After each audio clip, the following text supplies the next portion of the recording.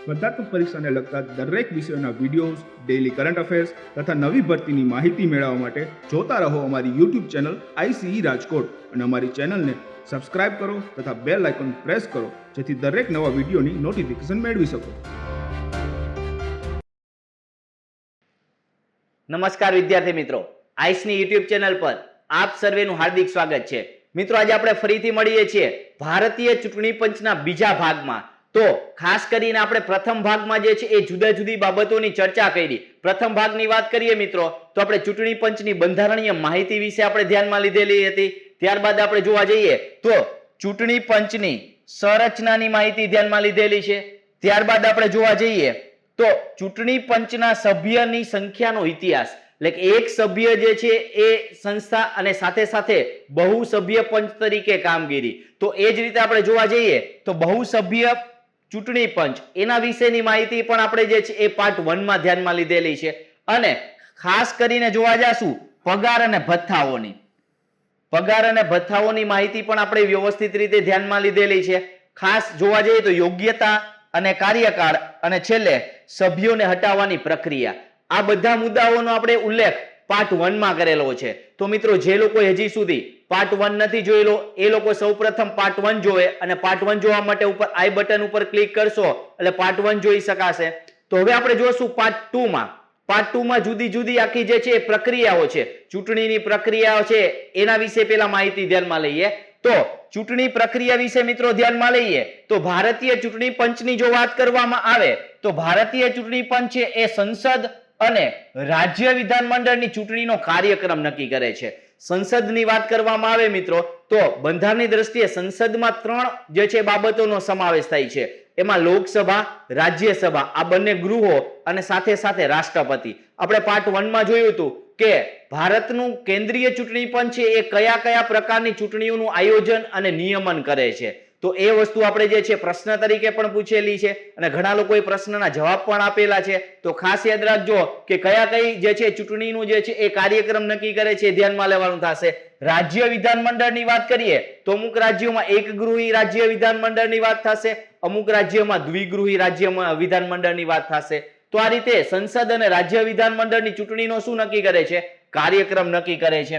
ત્યારબાદ આપણે વાત કરીએ કે ચૂંટણી પંચ ચૂંટણી કાર્યક્રમની જાહેરાત કરે છે, એટલે કે એનો આખો કાર્યક્રમ જાહેરાત કરે છે. તમે હમણાં જુઓ કે તાજેતરમાં જુદા જુદા 4 રાજ્યો અને પુડુચેરીની જે છે એ ચૂંટણીની બાબતો તમે વ્યવસ્થિત રીતે ધ્યાનમાં લીધેલી હોય તો સૌપ્રથમ જે છે એ તારીખો જાહેર કરવામાં આવેલી હોય, જુદા જુદા ચરણમાં જે છે એ મતદાન થશે એની માહિતી આપવામાં આવેલી હોય, એવો કાર્યક્રમ જાહેરાત કરે છે. પરંતુ તમે જોવા જાશો તો કે વાસ્તવિક રૂપથી આપણે જોવા જઈએ ને મિત્રો તો કે એ કાર્યક્રમ જાહેર કરે છે પણ એની ખરેખર જે છે એ શરૂઆત કે રાષ્ટ્રપતિ કે રાજ્યપાલનું જ્યારે જાહેરનામું બહાર પાડવામાં આવે છે એના દ્વારા જ જે છે એ કહી શકાય છે. તો આટલું યાદ રાખવાનું થશે કે જાહેરાત જે છે કોણ કરે છે? ચૂંટણી પંચ દ્વારા કરવામાં આવે છે. પણ વાસ્તવિક રૂપમાં જે છે એની શરૂઆત ક્યારથી માનવામાં આવે છે? તો કે રાષ્ટ્રપતિ કે રાજ્યપાલના જાહેરનામા દ્વારા જે છે એની વાસ્તવિક રૂપથી શરૂઆત ગણાય છે. ત્યારબાદ આપણે જોવા જઈએ કે ફોર્મ ભરવા માટે કેટલો સમય આપવામાં આવે છે. તો મિત્રો જોશો તો કે ઉમેદવારને ફોર્મ ભરવા માટે 8 દિવસનો સમય આપવામાં આવે છે. અહીંયા ખાસ એટલું યાદ રાખવાનું છે કે અમુક બાબતો એવી છે કે જે તમને ફેક્ટ બેઝ તરીકે ક્લાસ 3 ની એક્ઝામમાં પૂછાઈ શકતી હોય છે. તો અમુક પ્રશ્નો તમારે ફેક્ટ બેઝના ધ્યાનમાં લેવાના થશે. અમુક બાબતો એવી છે કે તમને વિધાન તરીકે પ્રશ્ન આવતા હોય છે. તો એ રીતે તમારે બધી બાબતો વ્યવસ્થિત ક્લિયર હશે તો ગમે તે પ્રકારનો પ્રશ્ન તમે પૂછાય તો જવાબ તમે આપી શકો છો. ત્યારબાદ જોવા જઈએ કે જે વ્યક્તિને ઉમેદવાર હોય એ ઉમેદવારના નામનો પ્રસ્તાવ મૂકનાર વ્યક્તિઓની વાત કરવામાં આવે મિત્રો, એટલે કે જે વ્યક્તિ ઉમેદવાર હોય એના નામનો પ્રસ્તાવ મૂકનાર વ્યક્તિઓ એ કોણ હોય? તો કે ખરેખર એ વ્યક્તિઓ કે જે ઉમેદવાર છે એ ઉમેદવાર જે મત વિસ્તારમાં ઉમેદવારી નોંધાવવાનો હોય, એટલે ધારો કે તમે વિચાર કરો કે કોઈ એ નામનો ઉમેદવાર છે, એ ઉમેદવારે કોઈ જે વિસ્તારમાંથી ઉમેદવારી નોંધાવી છે તો એના નામની દરખાસ્ત કોણ મૂકશે? તો કે એ વિસ્તારના જે લોકો હોય છે એ મતદાતા એ વ્યક્તિના નામનો શું કરે છે? ઉમેદવારી તરીકે જે છે એ પ્રસ્તાવ મૂકે છે. તો આ ખાસ યાદ રાખવાનું છે કે ઉમેદવારના નામનો પ્રસ્તાવ મૂકનાર વ્યક્તિઓ કોણ હોવા જોઈએ? તો કે જે તે મત વિસ્તારના જે છે મતદાતા હોવા જોઈએ. તો આ બાબત હતી ચૂંટણીની પ્રક્રિયા. હજી આપણે મિત્રો આગળ વધારીએ આ બાબતને તો બીજી બાબતો આપણે ધ્યાનમાં લેવા જઈએ પ્રક્રિયામાં કે ઉમેદવારી નોંધાવવાની તારીખ પૂર્ણ થયા બાદ, યાદ રાખજો કે ઉમેદવારી નોંધાવવાની જે તારીખ હોય એ પૂર્ણ થયા બાદ ચૂંટણી અધિકારી ઉમેદવારી ફોર્મની શું કરે છે તો કે ચકાસણી કરે છે. એટલે કે ઉમેદવારને હમણાં આપણે વાત કરી હતી, લાસ્ટમાં આપણે જોવા જઈએ તો ઉમેદવારને ફોર્મ ભરવાનો કેટલો સમય આપવામાં આવે છે? 8 દિવસનો. 8 દિવસનો સમય જે છે પૂર્ણ થયા બાદ ચૂંટણી અધિકારી શું કરશે? ફોર્મની ચકાસણી કરશે. હવે ફોર્મની ચકાસણી કરશે એટલે શું થશે કે ફોર્મમાં કોઈ ભૂલ છે કે નહીં. એટલે જો ફોર્મમાં ભૂલ હોય તો એના કારણે શું કરી શકે છે કે ફોર્મનો અસ્વીકાર પણ કરી શકે છે. તો આ બાબતો ખાસ ધ્યાનમાં લેવી કે ઘણી વખત આવા ફેક્ટ બેઝ તરીકે પ્રશ્ન આવતા હોય તો વિધાનવાળા વાક્યમાં આવા વાક્યો આવી શકે છે. ત્યારબાદ આપણે જોવા જઈએ કે ઉમેદવારોને પોતાનું નામ પાછું ખેંચવું હોય તો 2 દિવસનો સમય આપવામાં આવે છે. તો ખાસ યાદ રાખજો કે જે ઉમેદવારનું ફોર્મ ભરવા માટેનો સમયગાળો છે ત્યારબાદની વાત આપણે કરવાની થશે કે 2 દિવસનો સમય આપવામાં આવે છે. પછી આપણે જોવા જઈએ કે ચૂંટણી અધિકારી ઉમેદવારોની અંતિમ યાદી જાહેર કરે છે. તો ઉમેદવારોની અંતિમ યાદી કોણ જાહેર કરે છે? ચૂંટણી અધિકારી જાહેર કરે છે. અને અંતે વાત કરીએ તો જે સ્વતંત્ર ઉમેદવાર હોય કે અમુક પક્ષો હોય તો એને શું કરે છે? ચિહ્નોની ફાળવણી કરે છે. ઘણી વખત એવું થતું હોય કોઈ સ્વતંત્ર ઉમેદવાર હોય તો તમે ઘણી વખત મત આપવા જાઓ ત્યારે જુદા જુદા પ્રકારના જે છે એ ચિહ્નો જોવા મળે. પતંગનું ચિહ્ન જોવા મળતું હોય, ફાનસનું ચિહ્ન જોવા મળતું હોય, તો આવા ઘણા બધા પ્રકારના ચિહ્ન જોવા મળતા હોય તો એ સ્વતંત્ર ઉમેદવારોને શું કરે છે? ચિહ્નોની ફાળવણી. તો આટલી વસ્તુ યાદ રાખજો કે જે ઉમેદવાર જે છે એ ઉમેદવારી ફોર્મની વાત કર્યા બાદ આપણે એમ કીધું કે ઉમેદવારી નોંધાવવાની તારીખ પૂર્ણ થઈ જાય પછી ચૂંટણી અધિકારી ઉમેદવાર ફોર્મની ચકાસણી કરશે. ફોર્મમાં જો ભૂલ જણાય તો અસ્વીકાર પણ કરી શકે છે. નામ પાછું ખેંચવા માટે 2 દિવસનો સમય આપવામાં આવે છે અને ઉમેદવારોની અંતિમ યાદી જાહેર કરવામાં આવે છે અને સ્વતંત્ર ઉમેદવારો કે પક્ષોને ચિહ્નોની ફાળવણી કરવામાં આવે છે. હવે તમે જોશો તો ફોર્મ પાછું ખેંચવાના આ વસ્તુ યાદ રાખવાની જરૂરી છે મિત્રો કે ફોર્મ પાછું ખેંચવાના દિવસથી ઓછામાં ઓછા 20 દિવસ, ઓછામાં ઓછા 20 દિવસ આ સમયગાળો ધ્યાન રાખજો ચૂંટણી પ્રચાર માટે આપવામાં આવે છે. તો ચૂંટણી પ્રચારનો સમયગાળો ક્યારથી ક્યાં સુધીનો ગણવામાં આવે છે? તો તમને એમ કે છે ફોર્મ પાછું ખેંચવાનો દિવસ હોય ત્યારથી લઈને ઓછામાં ઓછા 20 દિવસનો સમયગાળો આપવામાં આવે છે. ત્યારબાદ આપણે જોવા જઈએ મિત્રો તો કે મતદાનની તારીખથી આ પ્રશ્ન ફેક્ટ બેઝમાં આવી શકે છે. 48 કલાક પહેલા ચૂંટણી પ્રચાર બંધ કરી દેવામાં આવે છે. તો યાદ રાખજો કઈ તારીખથી? તો કે મતદાનની તારીખથી 48 કલાક પહેલા ચૂંટણી પ્રચાર બંધ કરી દેવામાં આવે છે. તો આ બાબતો તમારી ચૂંટણીની પ્રક્રિયામાં ધ્યાનમાં લેવાની થશે. હવે આપણે ધ્યાનમાં લેવા જઈએ મિત્રો તો ચૂંટણી પંચના મુખ્ય કાર્યોની વાત કરીએ આપણે તો આ કાર્યોમાં ખાસ મહત્વના જુદા જુદા ચૂંટણી પંચના મહત્વના કાર્યો કયા કયા છે એની ચર્ચા કરીએ. સૌથી પહેલા આપણે ધ્યાનમાં લેવા જઈએ તો સૌપ્રથમ કાર્ય ચૂંટણી મત વિસ્તારનું પરિસીમન. એટલે કે ચૂંટણી મત વિસ્તારનું પરિસીમન અથવા તો એને કહેવામાં આવે છે સીમાંકન. હવે આની જો વાત કરવામાં આવે તો જે વસ્તી ગણતરીની વાત કરીએ મિત્રો કે દર 10 વર્ષે જે વસ્તી ગણતરી થાય છે તો વસ્તી ગણતરી બાદ એ જે ચૂંટણી જે વિસ્તાર છે એ વિસ્તારનું શું કરવામાં આવે છે? પરિસીમન કરવામાં આવે છે. હવે આ બાબત મિત્રો તમે વ્યવસ્થિત ધ્યાનમાં લેશો તો 1 કલાક પણ ઓછી પડે પરિસીમન આયોગ વિશેની માહિતી ધ્યાનમાં લેવી હોય. અત્યારે તમને મહત્વની અમુક બાબતો છે એ 2-4 બાબતો તમને સમજાવું છું કે સૌપ્રથમ કાર્ય એ છે કે પરિસીમન કરવું. પરિસીમન કરવું એટલે મૂલ્યાંકન કરવું. તો ખાસ વસ્તુ યાદ રાખવાનું છે ક્યારે થાય છે તો કે દર 10 વર્ષે વસ્તી ગણતરી જે છે એ પછી. હવે આપણે જોવાનું થશે કે અનુચ્છેદ 82 અંતર્ગત દરેક વસ્તી ગણતરી બાદ સંસદ આ યાદ રાખજો ખાસ કેના દ્વારા તો કે સંસદ દ્વારા પરિસીમન અધિનિયમ લાગુ કરવામાં આવે છે. એટલે કે દર જે છે એ વસ્તી ગણતરી બાદ કયા અનુચ્છેદ મુજબ? 82 અનુચ્છેદ મુજબ. હવે એમ કહે છે કે રાષ્ટ્રપતિ દ્વારા પરિસીમન આયોગની રચના કરવામાં આવે છે. તો યાદ રાખજો પ્રશ્ન ફેક્ટ બેઝમાં આવે કે પરિસીમન આયોગની રચના કેના દ્વારા કરવામાં આવે છે તો કે રાષ્ટ્રપતિ દ્વારા કરવામાં આવે છે. અત્યાર સુધીમાં તમે જોવા જશો તો પરિસીમન આયોગ ની રચના કેટલી વખત થયેલી છે? 4 વખત મિત્રો થયેલી છે. વર્ષની વાત કરીએ તો 1952, 1963, 73 અને 2002. હવે આપણે વાત કરવાની થશે કે ઘણી વખત તમે આ પરિસીમન આયોગ વિશે માહિતી મેળવતા હોય મિત્રો તો કે પરિસીમન આયોગ વિશે જો વ્યવસ્થિત ધ્યાનમાં લેવું હોય તો ઘણી બધી ડિટેલમાં માહિતી છે. પણ આપણે અહીંયા જે છે એ આ વાક્યને સમજાવવા માટે આ જે 4-5 બાબતો છે એ ધ્યાનમાં લઈએ છીએ. ખાસ કરીને તમે જોવા જશો તો પરિસીમન અધિનિયમ 2002 એની કલમ નંબર 3, તો જોજો કયો અધિનિયમ છે ને કઈ કલમ છે. એ મુજબ પરિસીમન આયોગમાં એક અધ્યક્ષ અને 2 સભ્યો હોય છે. તો આ વસ્તુ ખાસ યાદ રાખજો કે કયા કાયદાની કલમ મુજબ છે પરિસીમન આયોગમાં સભ્યો અને અધ્યક્ષની બાબત કરવામાં આવેલી છે. તો કે અધ્યક્ષ અને 2 સભ્યોની વાત કરવામાં આવેલી છે. ત્યારબાદ જોવા જઈએ તો આ આયોગ ચૂંટણી મત વિસ્તારનું નવેસરથી સીમાંકન કરે છે. એટલે મુખ્ય કામ શું છે એની વાત કરવામાં આવેલી છે. આ સીમાંકન આયોગનો નિર્ણય અંતિમ માનવામાં આવે છે. એટલે આ આયોગનો નિર્ણય કેવો માનવામાં આવે છે? અંતિમ. એટલે કે આ નિર્ણય આપશે પછી શું છે કે તેની વિરુદ્ધ ન્યાયાલયમાં શું નથી થઈ શકતું? તો કે અપીલ થઈ શકતી નથી. યાદ રાખજો કે પરિસીમન આયોગ દ્વારા જે નવેસરથી સીમાંકન કરવામાં જે છે આવે તો એ સીમાંકનનો નિર્ણય કેવો ગણવામાં આવે છે? અંતિમ ગણવામાં આવે છે. એના વિરુદ્ધ જે છે એ ન્યાયાલયમાં અપીલ થઈ શકતી નથી. ત્યારબાદ મુખ્ય કાર્યોની બીજા મુખ્ય કાર્યોની જો મિત્રો વાત કરીએ તો ચૂંટણી પંચ રાષ્ટ્રપતિ, ઉપરાષ્ટ્રપતિ, સંસદ અને રાજ્ય વિધાન મંડળ, તો આપણે અગાઉ વાત કરી એ પ્રમાણે કયા કયા જે છે એ ચૂંટણીઓનું નિયમન અને નિદર્શન કરે છે. તો ખાસ યાદ રાખજો કે રાષ્ટ્રપતિ હોય, ઉપરાષ્ટ્રપતિની ચૂંટણી હોય, સંસદમાં તમે જોવા જાશો તો લોકસભા અને રાજ્યસભા જુદી જુદી 2 ગૃહની વાત કરીએ. લોકસભા છે એ આપણે પ્રત્યક્ષ જેને ચૂંટણી કહીએ છીએ, રાજ્યસભા છે એ પરોક્ષ ચૂંટણી કહીએ છીએ આપણે.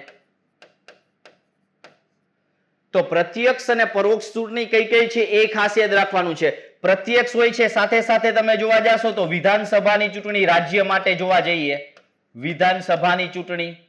ત્યારબાદ આપણે જોવા જઈએ કે વિધાન પરિષદ જે રાજ્યોમાં હોય એ વિધાન પરિષદની ચૂંટણી. તો આ રીતે પરોક્ષ ચૂંટણી કેની કેની છે અને પ્રત્યક્ષ ચૂંટણી કેની કેની છે એ બધી બાબતો તમને ક્લિયર હોવી જોઈએ. હવે તમે ઘણી વખત પ્રશ્ન તમે સાંભળતા હો છો સામાન્ય ચૂંટણીઓ. સામાન્ય ચૂંટણી એટલે કે આપણે જોવા જઈએ તો એમાં સામાન્ય મતદાતા તરીકે જે વ્યક્તિ નોંધાયેલા હોય એ વ્યક્તિ એમાં મતદાન કરી શકતા હોય છે. તો આપણે વાત કરી કે કયા કયા જે છે એ પ્રકારની ચૂંટણીઓનું નિયમન અને નિર્દેશન કરે છે. ત્યારબાદ આપણે જોવા જઈએ તો લોકસભા અથવા વિધાનસભા એની ચૂંટણી પહેલા શું તૈયાર કરવામાં આવે છે? તો કે મતદાર યાદી તૈયાર કરવામાં આવે છે. એટલે કે મતદાર યાદીઓ નક્કી કરવામાં આવે છે. એ પણ ચૂંટણી પંચના મુખ્ય કાર્યોમાંનું એક કાર્ય છે.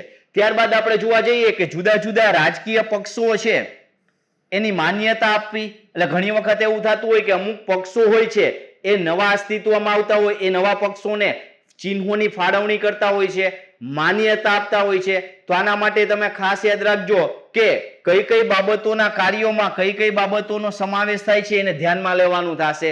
અનામત ચિહ્નોની પણ ફાળવણી કરવામાં આવે છે. અને ચિહ્ન બાબતે જુદા જુદા જો 2 પક્ષો વચ્ચે કોઈ પણ મતભેદ ઉભા થાય તો એ મતભેદનું નિરાકરણ જે છે એ કેના દ્વારા લેવામાં આવે છે? તો કે ભારતીય ચૂંટણી પંચ દ્વારા. પરંતુ તમને એમ કહે છે કે જો એ બંને પક્ષોમાંથી કોઈ એક પક્ષ અસંતુષ્ટ હોય અને એને જો ન્યાયાલયમાં જવું હોય તો એ ન્યાયાલયમાં જઈ શકે છે. તો યાદ રાખજો એને સર્વોચ્ચ ન્યાયાલયમાં, કયા ન્યાયાલયમાં? સુપ્રીમ કોર્ટમાં એ જે છે પક્ષ જે છે એ જઈ શકે છે. તો આ બાબતો તમારે ચૂંટણી પંચના મુખ્ય કાર્યોમાં ધ્યાનમાં લેવાની થશે. ત્યારબાદના કાર્યોની વાત કરીએ તો ચૂંટણી પંચ છે એ ચૂંટણી માટેના સામાન્ય નિયમો બનાવે છે. એ ઉપરાંત એક શબ્દ તમે ધ્યાનમાં લેશો તો આદર્શ આચાર સંહિતા. આદર્શ આચાર સંહિતાની વાત કરીએ તો કે રાજકીય પક્ષો અને ઉમેદવારો માટે હોય છે. આદર્શ આચાર સંહિતા એટલે એક પ્રકાર જે છે એ નિયમોનો સમૂહ. અને ખાસ કરીને આદર્શ આચાર સંહિતાનો મુખ્ય હેતુ હોય છે નિષ્પક્ષ ચૂંટણી.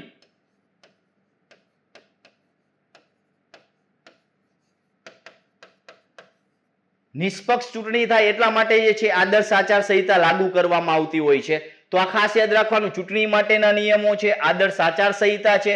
ત્યારબાદ આપણે જોવા જઈએ કે ચૂંટણીની તારીખ અને કાર્યક્રમ સંબંધિત જાહેરનામું બહાર પાડવું. આ પણ જે છે ચૂંટણીના મુખ્ય કાર્યમાંનો એક કાર્ય છે. અને સાથે સાથે જોવા જઈએ તો સંસદ સભ્યો અને વિધાન સભ્યોની અયોગ્યતા એટલે ડિસ્કોલિફાઈડ જેને આપણે કહીએ છીએ એના સંબંધિત બાબતો પર. હવે જો સંસદ સભ્યોની જે છે અયોગ્યતાની વાત કરવામાં આવે તો કે રાષ્ટ્રપતિ અને વિધાનસભાના સભ્યોની જો કોઈ પણ પ્રકારની અયોગ્યતાની વાત કરવામાં આવે તો રાજ્યપાલ.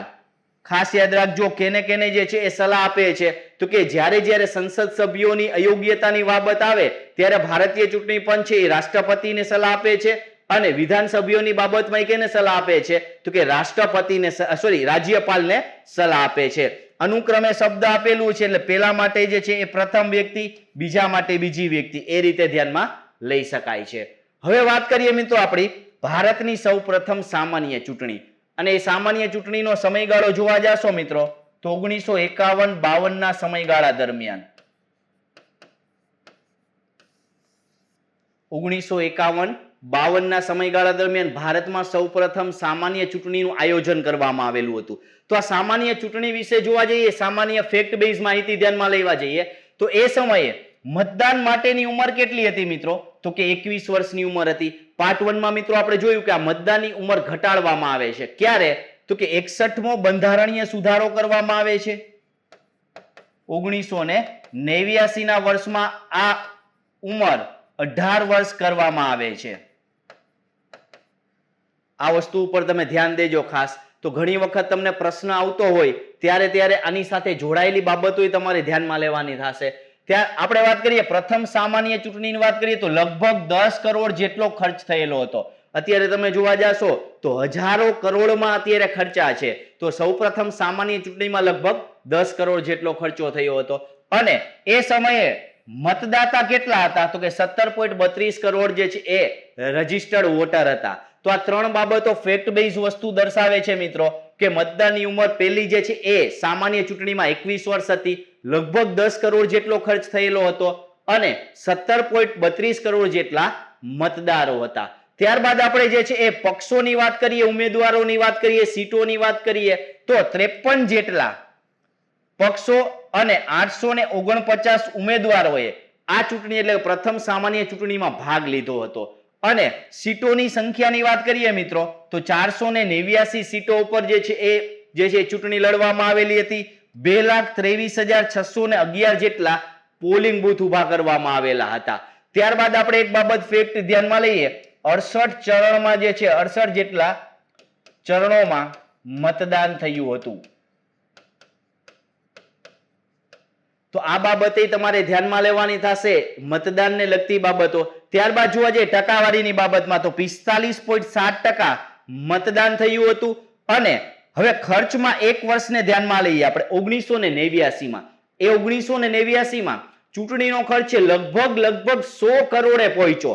તો આપણે વાત કરી કે સૌ પ્રથમ જે સામાન્ય ચૂંટણી હતી એમાં 10 કરોડ જેટલો ખર્ચો થયો અને 1989 આવતા પહેલી વખત એવું બન્યું કે 100 કરોડની આસપાસ જે છે ચૂંટણી ખર્ચ જે છે એ આ આંકડો પહોંચેલો હતો. તો યાદ રાખો મિત્રો કે તમને આયા બધી બાબતો આપેલી છે. પ્રથમ સામાન્ય ચૂંટણીની ફેક્ટ બેઝ માહિતી આપવામાં આવેલી છે.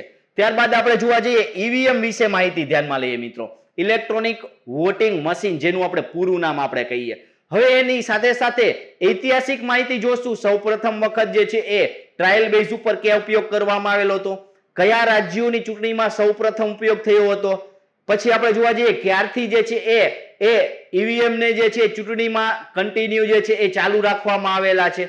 અને આ ઈવીએમ નું જે છે ઉત્પાદન કઈ સાર્વજનિક એકમો દ્વારા કરવામાં આવે છે. તો આપણે જોવા જઈએ બે સાર્વજનિક એકમોના સંયુક્ત ઉપક્રમ. પેલું છે ભારત ઇલેક્ટ્રોનિક્સ લિમિટેડ, જેને BEL કહીએ છીએ, અને electronic corporation of India limited. આ બંનેના સંયુક્ત સાહસથી જે છે એનું તૈયાર એટલે કે ઉત્પાદન કરવામાં આવે છે. આ બંને સાર્વજનિક એકમો છે એ ઇલેક્ટ્રોનિક વોટિંગ મશીનનું ઉત્પાદન કરે છે.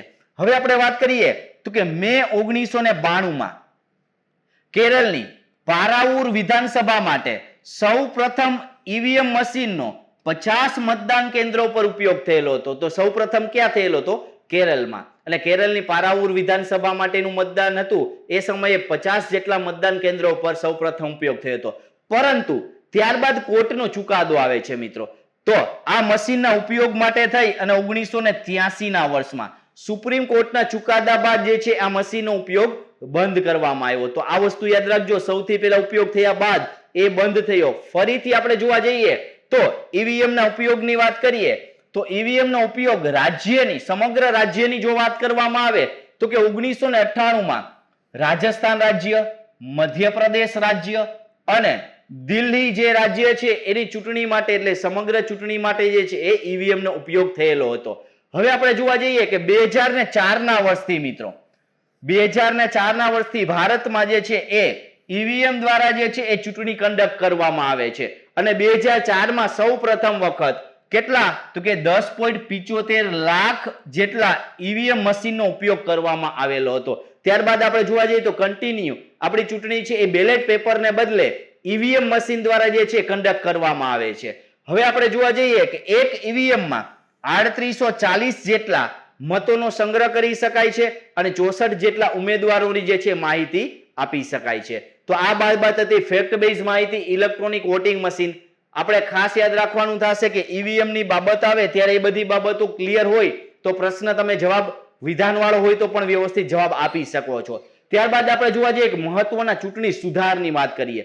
મહત્વના ચૂંટણી સુધારાઓની જો વાત કરવામાં આવે તો ખાસ લોકસભા કે રાજ્ય વિધાનસભાની ચૂંટણી હવે યાદ રાખજો કયા કયા તો કે લોકસભા હોય કે રાજ્ય વિધાનસભાની ચૂંટણી સમય દરમિયાન એક્ઝિટ પોલ આ જે ચૂંટણી હોય એ સમય દરમિયાન જે એક્ઝિટ પોલ તમે ઘણી વખત ન્યૂઝ ચેનલમાં જોતા હોય તો કે ચૂંટણી સમયે જે છે એક્ઝિટ પોલ જો આપવામાં આવે તો એની જે છે ઇફેક્ટ જે છે નેગેટિવ પણ હોઈ શકે છે. તો આટલે માટે થઈ એને લોકસભાની કે રાજ્ય વિધાનસભાની ચૂંટણી હોય એ સમયગાળા દરમિયાન એક્ઝિટ પોલ માટે 2 વર્ષની સજા અને દંડની જોગવાઈ કરવામાં આવેલી છે. એટલે કે એક્ઝિટ પોલ જે છે એ કોઈ પણ વ્યક્તિ જે છે એ ડિક્લેર કરી શકશે નહીં, દર્શાવી નહીં શકે. જો એવું કરશે તો સજાની જોગવાઈ છે અને સાથે સાથે જે છે એ દંડની પણ જોગવાઈ છે. સાથે સાથે જોવા જઈએ તો ચૂંટણી ખર્ચ છે એની સીમા જે છે એ નક્કી કરવામાં આવેલી છે. તો આપણે જોવા જઈએ તો આપણા ભારત જે છે સંઘની વાત કરીએ તો જુદા જુદા રાજ્યો કેન્દ્ર શાસિત પ્રદેશો છે એમાં આપણે જોવા જઈએ કે મોટા કદના રાજ્યો હોય નાના કદના રાજ્યો આ બે વિભાજિત કરેલા હોય. તો મોટા કદના રાજ્યો માટે ચૂંટણી ખર્ચની મર્યાદા 70 લાખ આપવામાં આવેલી છે અને નાના રાજ્યો માટે એ મર્યાદા 28 લાખ રૂપિયા આપવામાં આવેલી છે. તો આ બંને વસ્તુ ઉપર ધ્યાન દેવાનું થશે કે કઈ બાબત માટે કેટલો ચૂંટણી ખર્ચની વાત કરવામાં આવી છે. ત્યારબાદ જોવા જઈએ કે એક્ઝિટ પોલ પર પ્રતિબંધ. તો આપણે અગાઉ વાત કરી કે એક્ઝિટ પોલ પર પ્રતિબંધની વાત કરી કે એક્ઝિટ પોલ ઉપર કેટલા વર્ષની સજાની વાત છે તો કે 2 વર્ષની સજા અને દંડની જોગવાઈ છે. તો કે આ પ્રતિબંધ છે એ કયા અધિનિયમ મુજબ જન પ્રતિનિધિત્વ અધિનિયમ 1951 ના આધારે ભારતના ચૂંટણી પંચે ક્યારથી તો કે મતદાન શરૂ થયા બાદ એટલે કે જ્યારથી વોટિંગ ચાલુ થઈ જાય જે દિવસે ત્યારે વોટિંગ શરૂ થઈ જાય ત્યારથી લઈને પૂરું થાય તેના અડધા કલાક બાદ સુધી એટલે જે દિવસે વોટિંગ ચાલુ થઈ ગયું હોય ત્યારથી લઈને જ્યારે પૂર્ણ થાય એના અડધી કલાક બાદ સુધી એક્ઝિટ પોલ પર પ્રતિબંધ મૂકેલો છે. તો કયા અધિનિયમના આધારે મૂકેલો છે? જનપ્રતિ અધિનિયમ 1951 ના આધારે. ત્યારબાદ વાત કરીએ પોસ્ટલ બેલેટ.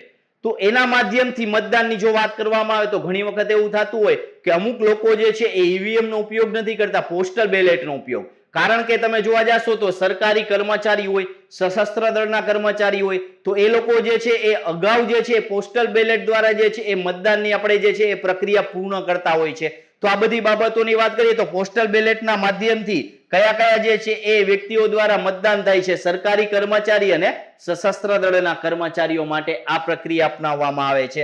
ત્યારબાદ આપણે જોવા જઈએ કે જે વિદેશમાં રહેતા હોય, ભારતના મૂળ વ્યક્તિ હોય અથવા તો જેને વિદેશની નાગરિકતા હજી સુધી ન મળેલી હોય અને એની નાગરિકતા ભારતીય હોય અને ભારતના કોઈ ચૂંટણી ક્ષેત્રના મત વિસ્તાર ક્ષેત્રનો એ નાગરિક હોય અને ત્યાં એ જે મતદાર યાદીમાં નામ ધરાવતો હોય તો એ વ્યક્તિ માટે શું છે તો કે વિદેશમાં રહેતા ભારતીય નાગરિકો માટે મતદાનનો અધિકાર આપવામાં આવેલો છે. એટલે કે વિદેશમાં રહેતો એ વ્યક્તિ પણ મતદાન કરી શકે છે. સાથે સાથે તમે જોવા જાશો તો યુવા મતદારોમાં જાગૃતિ લાવવા માટે સરકારે જે છે દર વર્ષે 25 જાન્યુઆરીના રોજ રાષ્ટ્રીય મતદાતા દિવસ તરીકે ઉજવે છે. હવે તમે જોવા જાશો તો આ દિવસની શરૂઆત મિત્રો ક્યારથી થયેલી છે તો કે વર્ષ 2011 થી. વર્ષ 2011 થી આ જે છે રાષ્ટ્રીય મતદાતા દિવસની શરૂઆત થયેલી છે. આ ઉપરાંત તમે જોવા જાશો તો ઘણી બધી પાર્ટીઓને જે છે એ ફંડ આવતા હોય જેને આપણે જે છે એ કહીએ છીએ કે પાર્ટી કા ચંદા. હિન્દીમાં આપણે જોવા જઈએ કે પાર્ટીને ફંડ મળતા હોય તો એ ફંડ કેટલું તો કે 20,000 થી જો વધારે કોઈ ફાળો આપે પાર્ટીમાં તો એ રકમ એટલે કે એ ફાળાની જાણ કેને કરવામાં આવશે? ચૂંટણી પંચને એ માહિતી આપવી જોશે. એ જે તે જે છે પક્ષ દ્વારા ચૂંટણી પંચને ફાળા વિશે માહિતી આપવાની ફરજિયાત થશે. ત્યારબાદ આપણે જોવા જઈએ તો કયા વર્ષથી? વર્ષ 2013 થી નોટાનું જે છે બટન જે છે એ ઇન્ક્લુડ કરવામાં આવેલી છે. નન ઓફ ધી અબોવ, એટલે આપણે જે છે ઉમેદવારોની યાદી આપેલી છે એમાંથી એક પણ ઉમેદવાર આપણને પસંદ નથી એવું જે છે ઓપ્શન આપવામાં આવેલું. તો એ નોટાની વ્યવસ્થા ક્યારથી શરૂ કરવામાં આવેલી છે? 2013 ના વર્ષથી. તો મહત્વના ચૂંટણી સુધારોમાં મિત્રો વાત કરીએ તો અગાઉ વાત કરી આપણે જુદા જુદા એક્ઝિટ પોલ પર પ્રતિબંધની વાત કરી, જુદા જુદા જે છે એ રાજ્યો માટે જુદી જુદી જે ખર્ચની સીમાની વાત કરવામાં આવેલી છે. તો આ ખાસ વસ્તુ યાદ રાખવાનું છે કે કઈ કઈ બાબતો આપણે ધ્યાનમાં લીધી મહત્વના ચૂંટણી સુધારના. હવે આપણે જોવા જઈએ મિત્રો તો વર્તમાન મુખ્ય ચૂંટણી કમિશનરની વાત કરીએ.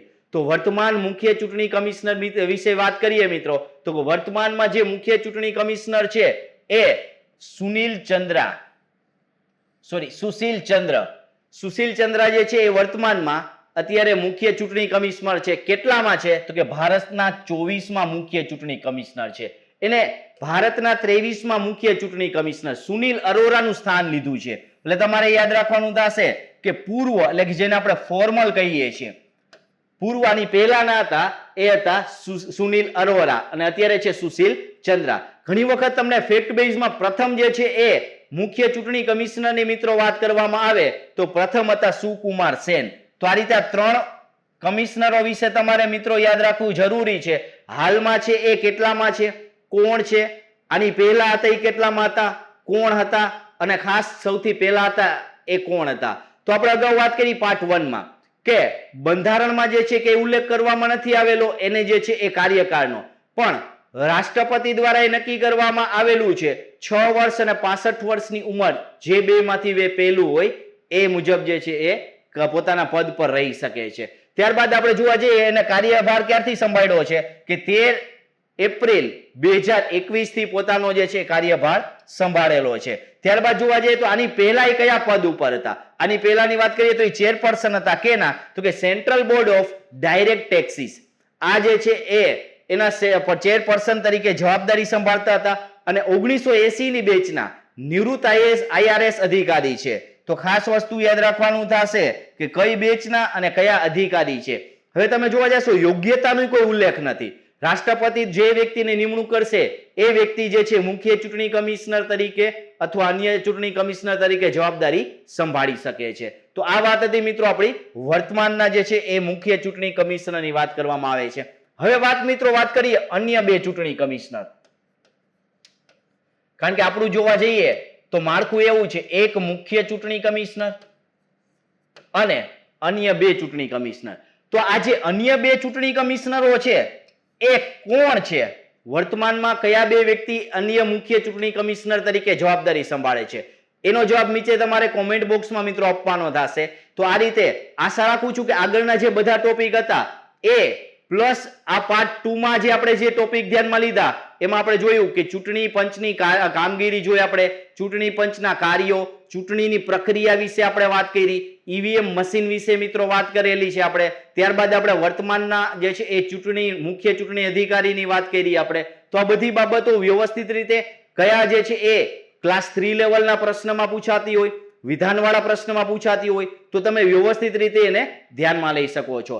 અને ખાસ જોવા જઈએ તો આજનો જે લેક્ચર વ્યવસ્થિત તમે ધ્યાનમાં લીધા હોય તો આ બધા પ્રશ્નો તમે વ્યવસ્થિત રીતે પ્રશ્નના જવાબ આપી શકો છો. તો આ 5 પ્રશ્નોના જવાબ પણ નીચે તમારે કોમેન્ટ બોક્સમાં આપવાના થશે. તો આશા રાખું છું કે આજે અને પાર્ટ 1 માં જે વસ્તુ વ્યવસ્થિત સમજાવેલી છે એના આધારે ચૂંટણી પંચની જે બંધારણીય માહિતી હોય, ઐતિહાસિક માહિતી હોય, સાથે સાથે જોવા જઈએ તો વર્તમાનની માહિતી હોય, એ દરેક જે છે એ માહિતી વ્યવસ્થિત રીતે કવર થઈ જશે અને કોઈ પણ પરીક્ષાના પ્રશ્નો વ્યવસ્થિત રીતે તમે આપી શકો છો. તો ખાસ કરીને મિત્રો આ વિડીયો તમારા મિત્રોને શેર કરજો, વિડીયો ગમ્યો તો લાઈક કરજો, અમારી ચેનલને સબસ્ક્રાઇબ કરજો જેથી કરી અને આવા નવા વિડીયો તમને મળી રહેતા. તો ફરીથી મળશું આપણે નવા લેક્ચરમાં નવા ટોપિક સાથે. ત્યાં સુધી બધાને જય હિન્દ, જય ભારત.